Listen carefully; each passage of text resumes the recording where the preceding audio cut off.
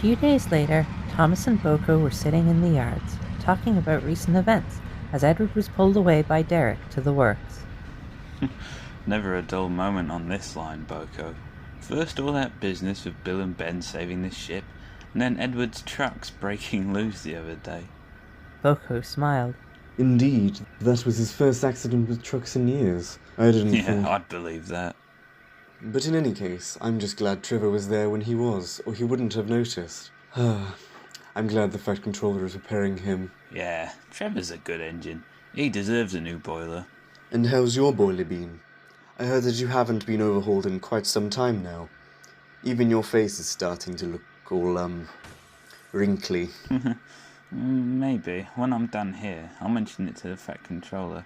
I have noticed myself that it's been a bit of a bother. Just the other day when I chased Bill, I was so out of breath after that. Yes, you should. And stop chasing the twins while you're at it. I'd hate to see something happen to you because you didn't get yourself looked at. We've been telling him that too. You can't ignore your crew now. Alright, you've made your point. I'll get it looked at when I'm finished working here. BOCO stared at Thomas. Is everything alright, Thomas? It's nothing, I miss my Branchline is all. I understand, Thomas. But you'll be back to it soon, and I'm sure Percy, your coaches, and your other friends are doing a splendid job at running it while you're gone. Thanks, BOCO.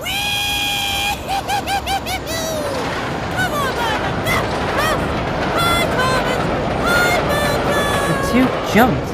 The express rumbled through with KYRA and Milo at the front. A big green diesel Thomas had never seen before was behind them. Why is...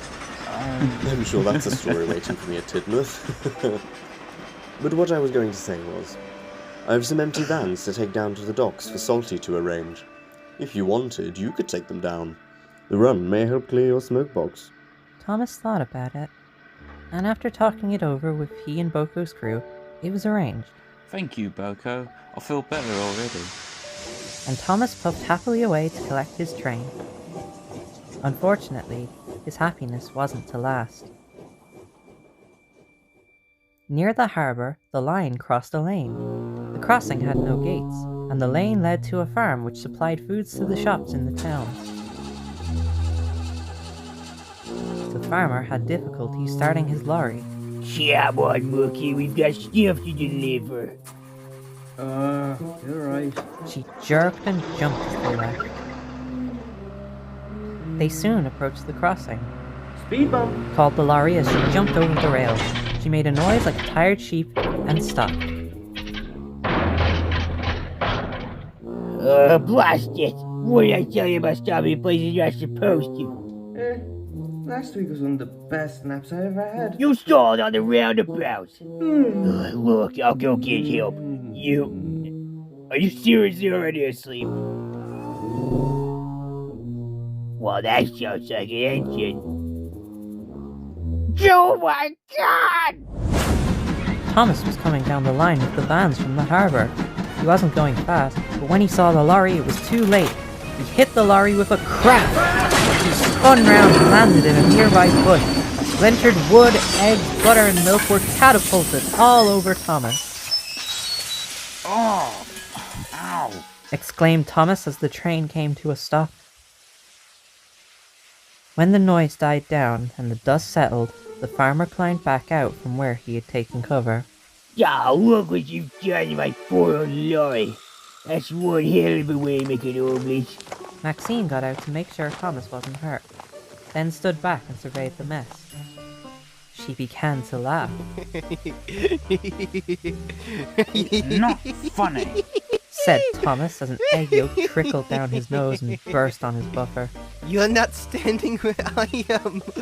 You look like a scrambled egg, Thomas. Marcel walked down. Come on, Maxine, we just had a serious accident. People could have been hurt. Oh my goodness, he does! I told you! Thomas fumed while the farmer wept over his lorry.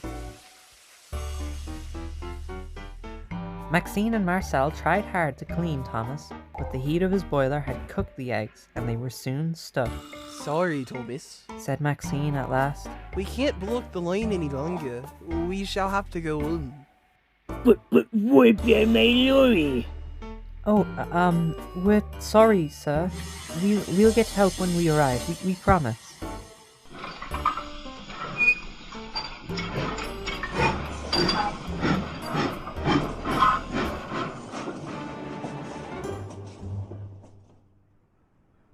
Thomas was taken to a small part of Brendam to be cleaned. He was furious, being stripped from his branchline, being pranked, and now this. He stared at the sky to try and calm his nerves. He looked at the seagull, and then the other seagull, and then the other, and then the group of holy shit, that was a lot of seagulls. Attracted by the smell of the food stuck to his boiler, they flew towards him. No. Get up! God, shoot! Go away! Bill and Ben rolled into the yard just in time to see Thomas being attacked by a herd of seagulls. The sound of their puffing scared the seagulls off. What's this, Ben? Looks like a new engine, Boo. And, oh wait, it's not a new engine. It's Thomas. It can't be Thomas, chuckled Paddy. Thomas and his driver have a better taste in livery than us. It was lucky that Marcel and Maxine were off with the foreman trying to explain what had happened. They then heard a grinding noise. Are your joints stiff, Bill? Asked Ben.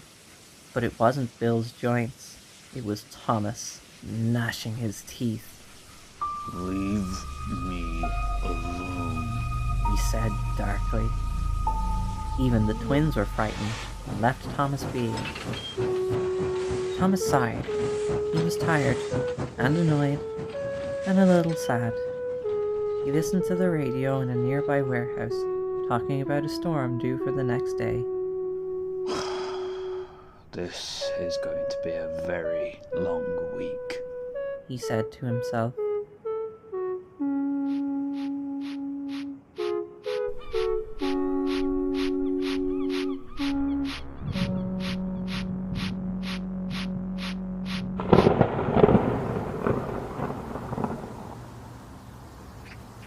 The next evening, Thomas was shunting at Suttery. BOCO was there with a passenger train. Marcel looked up at the dark grey clouds that hung above the station. I don't like the look of those clouds. They loved the rain, more than the sun anyway, but getting caught out on wet and slippy rails wasn't in their itinerary for the week.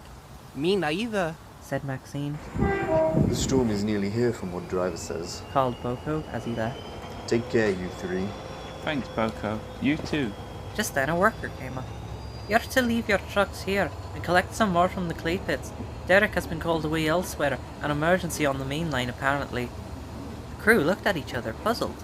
Are you sure? Why can't the twins bring them up? The drains by the pits have been flooded. Apparently their engines are too small and their fires will get washed out. You're tall enough though. Thomas sighed. Now he had to get his wheels soaked just to do more work for the twins, but said nothing as they set off down the line.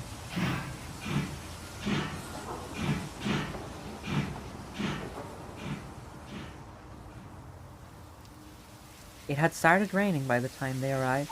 They collected their trucks and began to leave.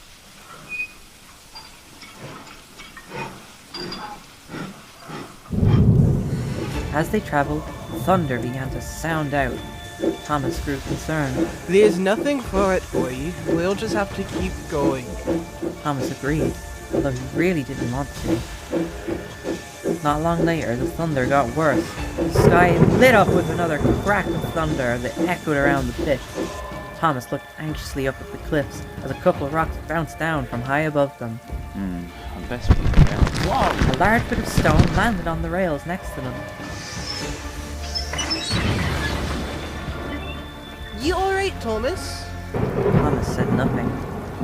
Maxine got out to inspect. Thomas, what are you staring at? Before Maxine could look, the sound of rocks falling began to ring out. She and Thomas looked up to see a huge clump of rock wall falling straight towards them. Maxine! Called Marcel. Maxine ran back to the cab. Go, Thomas, go! Thomas tried, but he was still in shock. His wheels spun in place. Look out! Came a chorus of voices. Bill and Ben biffed to the back of the train, rocketing themselves forward. They were just in time.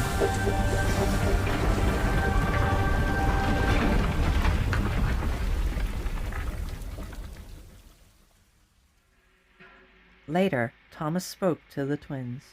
You saved me.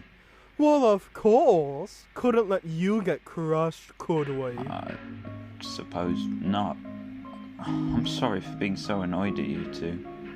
It's alright. We should have just left you alone the other day. Yeah, hope it makes up for it. It more than makes up for it. You saved our lives. The twins just smiled.